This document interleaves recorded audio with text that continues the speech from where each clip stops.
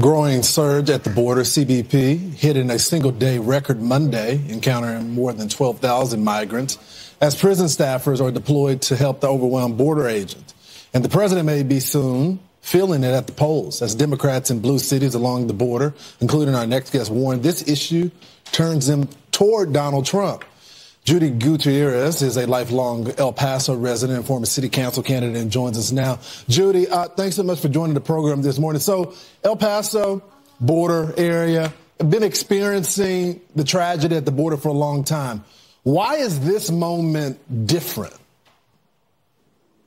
Good morning. So I think that we've obviously been seeing an unprecedented amount of undocumented migrants coming into all our border cities, not just El Paso, but throughout from California down to the end of Texas. So this is definitely very different. And I think that it's the systemic failures of the immigration policies that we have had.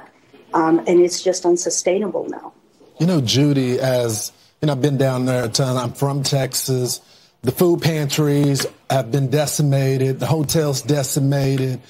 But when you bring those concerns to the Biden administration, they cry that this is an issue of racism. What would you tell the president? Well, speaking on behalf, my parents were immigrants to this country from Mexico. And again, this is not sustainable. This immigration policy that we have is not sustainable. And it's falling on the back of the constituents throughout our cities, certainly throughout District 2, the constituents that I was running to represent. We have these migrant shelters in the heart of our communities, in the heart of our districts, and it has wreaked havoc with many of the residents that live in the immediate area. And so something needs to be done. We cannot continue down this path.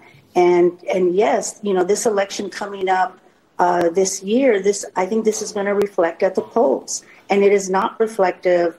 I think what I have been saying, it's not the popular thing to say, but it needs to be said and something needs to be done. And the administration needs to do better at listening to the concerns of many of us here in the border cities. Do you see a lot of the folks in El Paso voting for Donald Trump? I think right now they're leaning towards that because they're really frustrated.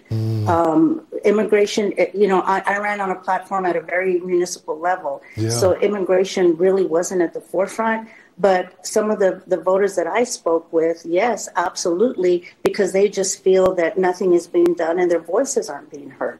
Yeah, it's such a good point. On the municipal level, you shouldn't have to worry about this. But the Biden administration made it a problem for voters in El Paso, and their voices are going to be reflective in their vote. Judy, thanks so much for getting up this morning.